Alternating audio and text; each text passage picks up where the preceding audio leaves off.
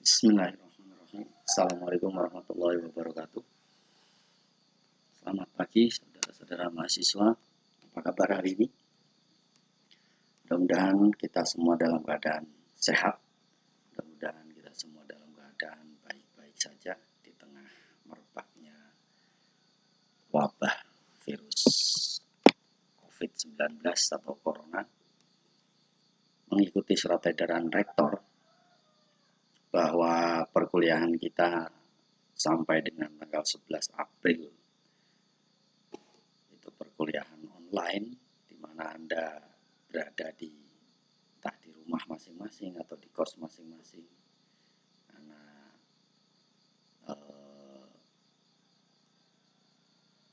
virus yang cukup ganas ini kemudian membuat kita akhirnya terpaksa untuk menjaga jarak, menjaga jarak, jangan sampai kerumunan itu terjadi dan kemudian saling menularkan. Mudah-mudahan kita semua dalam keadaan sehat. Ya, hari ini kita akan pelajari tentang konsep dasar sehat dan sakit. Ya, dalam gambar ini tertera seseorang dengan cukup anggun, mengenakan hijabnya, kemudian tersenyum manis. Apakah orang ini dikategorikan sebagai orang yang sehat atau yang sakit? Kemudian kita lihat lagi, apakah ini sudah pasti sakit? Orang yang dengan kurus kering, tapi dia menunjukkan kekuatan ototnya. Atau inikah yang disebut seseorang yang punya kesehatan gitu? Atau ini yang dikatakan sebagai sehat atau sakit? Ataukah ini yang kita kenal sebagai binaraga tingkat internasional bahkan? Ya, coba Anda refleksikan yang mana yang dikatakan sehat, yang mana yang sakit. Sehat dalam bahasa Inggris disebut health. Itu saya kutip, sebetulnya banyak definisi tentang apa itu sehat, tapi saya lebih kepada definisi yang disampaikan oleh Organisasi Kesehatan Dunia atau WHO, di mana sehat itu adalah keadaan yang sempurna. Sempurna apanya? Sempurna baik fisiknya, mental, sosial, tidak sekedar fisik saja. Yang Anda saksikan tadi itu hanya bisa dilihat secara fisik. Tapi kesehatan itu atau sehat menurut WHO itu tidak sekedar fisik, tapi juga mental maupun sosialnya. Jadi tidak hanya terbebas dari penyakit atau kelemahan atau cacat saja.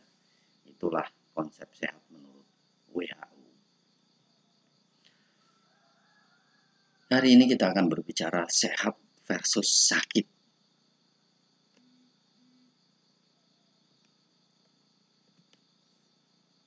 Nah, sakit yang akan kita pelajari adalah sakit itu dalam bahasa Inggris ada berapa istilah. Ada disease, ada illness, dan ada sickness. Apa itu disease? Disease ini sakit secara biologi. Secara biologis itu merasakan kesakitan, berarti disease. Misalnya Anda pilek, Anda batuk, Anda pusing, dan sebagainya, itulah sakit secara biologis. Atau sendi-sendi merasakan sakit dan sebagainya, itu sakit secara biologis. Kemudian yang kedua, illness. Apa itu illness? Illness adalah sakit yang menyerang dari sisi psikologisnya. Contohnya Anda diputus pacar, Anda dendam dengan seseorang, Anda sakit hati, Anda jengkel, dan seterusnya. Itulah illness namanya, sakit secara psikologis. Kemudian ada lagi sickness. Sickness adalah sakit secara sosiologis. Bagaimana sih sakit secara sosiologis itu? Sakit yang di hadapan orang-orang lain, di hadapan masyarakat umum, menyalahi norma-norma masyarakat, norma-norma sosial. Misalnya orang lain tidak senang kalau ada seseorang itu mencuri. Nah, maka mencurinya itulah bahwa dia berarti sakit secara sosiologis. Bukan klepto ya. Klepto itu kalau itu sakit secara psikologis. Maksudnya dia mencuri itu, kalau untuk si pelaku pencurinya itu dia sakit secara psikologis gitu. Dengan klepto itu karena dia hanya ada kepuasan bahwa dia pengen apa yang dia punya, apa yang diambil dari seorang temannya gitu, atau seseorang atau orang lain itu. Tapi sebetulnya dia nggak butuh dengan barangnya yang dia curi itu. Tapi kalau orang lain melihatnya, ini dia sakit secara sosiologis gitu. Kemudian berikutnya adalah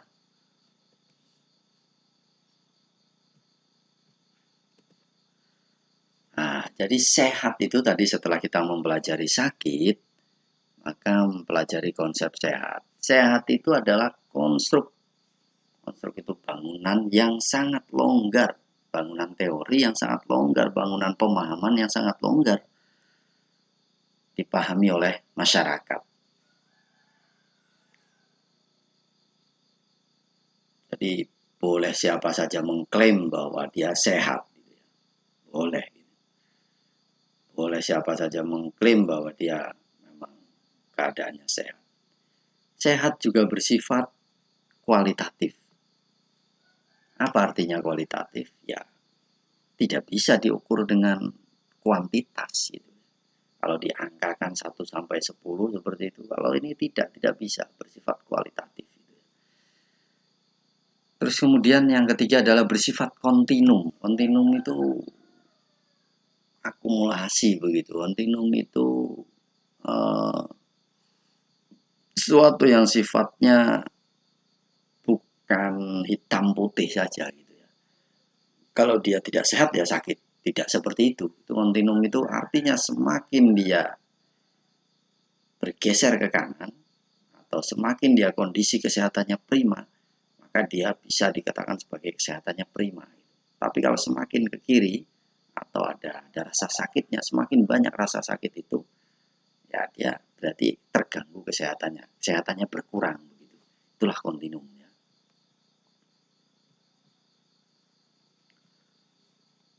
Jadi kesehatan itu relatif. Jadi sehat itu relatif. Relatif yang bagaimana? Ya, kalau sehat ya berarti bukan berarti tidak merasakan sakit gitu. Jadi ada semacam apa ya, grafik seperti itu. Kalau kesehatannya ini semakin naik, semakin prima, berarti sakitnya itu juga semakin kecil. Tapi kalau sakitnya yang tambah membesar, sehatnya yang kecil. Orang yang sehat itu dia akan menentukan penyebab sakitnya itu apa. Gitu. Penyebab sakitnya itu dia akan bisa meminimalisir dari penyebab sakitnya ini. Inilah sehat. Kemudian respon terhadap sakitnya itu sendiri. Bagaimana dia meresponnya? Apakah harus minum obat? Apakah cukup dengan berolahraga? Ataukah cukup dengan minum minuman yang herbal misalnya? Dan yang selanjutnya adalah menetapkan ahlinya. Masa iya Anda hanya sakit pilek atau sakit batuk terus pergi ke dukun, pergi ke kuburan? Kan tidak. Anda menetapkan sehat, ahli itu kalau Anda sakit seperti ini harus diobati ini. Kalau Anda sakit seperti ini harus dibawa ke sini. Bagaimana cara menyembuhkannya dan seterusnya. Itulah sehat.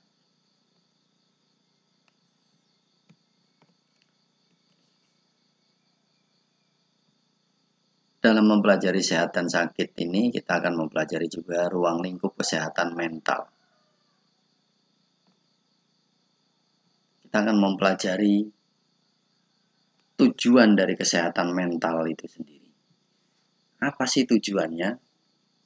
Tujuannya yang pertama adalah memahami makna kesehatan mental itu sendiri dan faktor penyebabnya. Itulah tujuan kita mempelajari kesehatan mental. Yang kedua, memahami pendekatan yang digunakan dalam penanganan kesehatan mental. Jadi supaya kita tahu penanganan seperti apa sih yang digunakan untuk kesehatan mental ini. Yang berikutnya, memiliki kemampuan dasar dalam usaha untuk peningkatan dan pencegahan kesehatan mental masyarakat. Jadi bukan hanya kesehatan individu, tetapi kesehatan mental masyarakat. Dan selanjutnya memiliki sikap proaktif dan mampu memanfaatkan berbagai sumber daya alam dan sumber daya alam dalam upaya penanganan kesehatan mental masyarakat. Jadi sikap kita bisa proaktif, kita sebagai praktisi misalnya pendidikan luar sekolah, kita harus proaktif dan mampu memanfaatkan SDA apa saja yang bisa digunakan untuk penanganan kesehatan mental masyarakat. Dan selanjutnya meningkatkan kesehatan mental masyarakat dan mengurangi timbulnya gangguan kesehatan mental masyarakat itu sendiri. Jadi gangguan-gangguan mental ini bisa berupa gagal dalam penyesuaian, gitu kan. Ada masyarakat yang tidak bisa berbaur dengan masyarakat lainnya. Ada anggota keluarga yang misalnya menyendiri. Itu ada sesuatu yang tidak beres itu dengan kesehatan mentalnya. Kemudian kita ke sasaran utama dari kesehatan mental itu, siapa sih sasaran utamanya? Lagi-lagi karena kita seorang praktisi pendidikan luar sekolah, karena kita diciptakan memang untuk bersentuhan langsung dengan masyarakat. Pendidikan luar sekolah itu sama dengan pendidikan masyarakat. Bahkan sekarang Anda tahu sendiri bahwa prodi kita saat ini sudah harus berubah dari prodi yang semula pendidikan luar sekolah menjadi bisa pendidikan non formal atau pendidikan masyarakat. Ada dua pilihan itu yang disediakan oleh pemerintah, yang disediakan oleh Dikti, bahwa kita harus kemana. UNES sudah menentukan untuk ke pendidikan non formal. Siapa sih? Kita kembali ke sini. Sasaran utama kesehatan masyarakat yaitu masyarakat. Masyarakat yang bagaimana? Masyarakat umum, masyarakat secara keseluruhan. Itu sasaran utamanya. Atau masyarakat yang mana? Masyarakat yang kelompok masyarakat yang berisiko sakit. Itu juga menjadi sasaran utama dari kesehatan masyarakat. Berisiko ya, bukan masyarakat yang sakit, tetapi berisiko. Kenapa? Karena kalau yang sudah yang sakit, itu sudah ranahnya dokter spesialis kejiwaan. Kelompok masyarakat yang lainnya adalah kelompok masyarakat yang mengalami gangguan. Nah, ingat, ini sekali lagi kelompok masyarakat yang mengalami gangguan, bukan kelompok masyarakat yang sakit. Gitu ya. Jadi tadi risiko sakit, terus juga gangguan. Gangguan dulu, terus kemudian sakit. Kalau sakit sudah harus ahli jiwa. Gangguan kita masih tahu lah, gitu ya, masih diberikan kewenangan untuk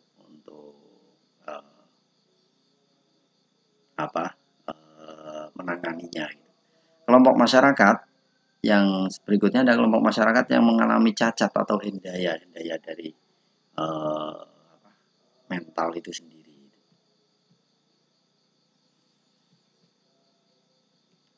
berikutnya hubungan kesehatan mental dengan bidang ilmu lainnya. Bidang-bidang ilmu apa saja sih yang berkaitan dengan kesehatan mental ini?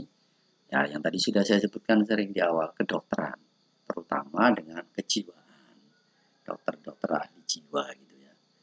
Itu kalau sudah masyarakat atau individu itu mengalami sakit jiwa, ya maka harus dirujuk ke dokter jiwa. Psikologi dia sebagai psikolog, ya bisa psikiater, maka erat sekali hubungannya kesehatan mental ini dengan ilmu psikologi. Dengan sosiologi, antropologi bagaimana? Karena kita sekali lagi masyarakat sasarannya adalah, maka interaksi sosial itu perlu kita pahami. Sosiologi dan antropologi inilah yang sosiologi itu hubungan antar ilmu, hubungan antar masyarakat atau individu satu dengan individu lainnya. Sedangkan antropologi itu kan hasil kebudayaannya dari suatu masyarakat setempat. Dan kesehatan mental ini ada hubungannya juga dengan pendidikan. Nah, pendidikan ini bagaimana kita mengedukasi, bagaimana kita mengedukasi masyarakat bersama-sama memiliki kesehatan mental yang prima. Dan ilmu-ilmu lainnya seperti ekonomi, ekologi, biologi, dan agama. Agama sudah sangat kita pahami bahwa sekarang bahkan muncul psikologi agama gitu kan, atau konseling agama gitu. Bahkan pemerintah saat ini sudah memberikan edaran ada pendidikan untuk persiapan nikah gitu, atau pranikah. Itu ada hubungannya dengan persiapan spiritual, persiapan psikologis dari orang-orang yang akan menikah.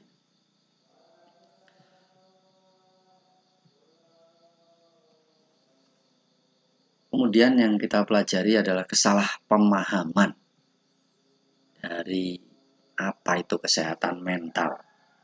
Apa sih kesalahan pemahamannya? Biasanya kesehatan mental itu hanya dipahami sebagai penanganan masalah kejiwaan yang bersifat individual. Nah, padahal sebenarnya tadi sudah disampaikan di awal bahwa sasaran utama kita adalah lebih kepada kesehatan mental masyarakat, community mental health. Inilah, apalagi kita sebagai praktisi pendidikan luar sekolah, maka bersentuhan langsung dengan masyarakat, maka penting sekali untuk mengetahui kesehatan mental masyarakat itu sendiri. Salah pemahaman yang kedua adalah ada asumsi bahwa kesehatan mental itu cukup ditangani oleh satu bidang keilmuan saja. Tadi seperti dengan hubungan dengan ilmu-ilmu lainnya. Nah, asumsi ini salah sebetulnya. Kenapa? Karena tidak bisa kesehatan mental masyarakat itu ditangani hanya oleh satu bidang ilmu saja, tapi harus secara bersama-sama, secara sinergis ditangani, baik itu psikologi, sosiologi, ataupun pendidikan.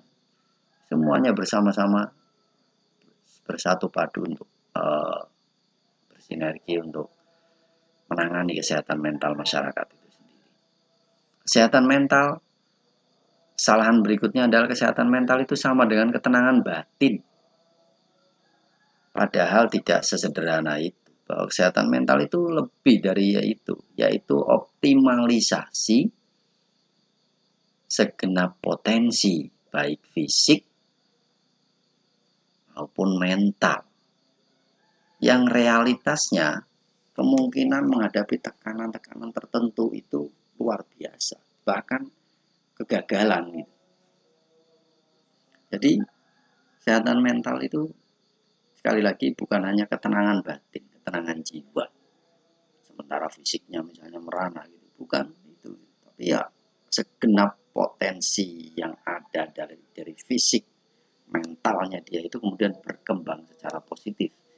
Itulah konsep dari kesehatan mental.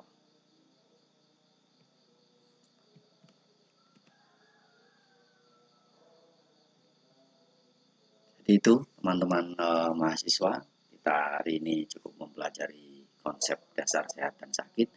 Apabila ada pertanyaan-pertanyaan, ada tanggapan, ada komentar, silahkan Anda komentari di forum diskusi kita pada pagi hari ini.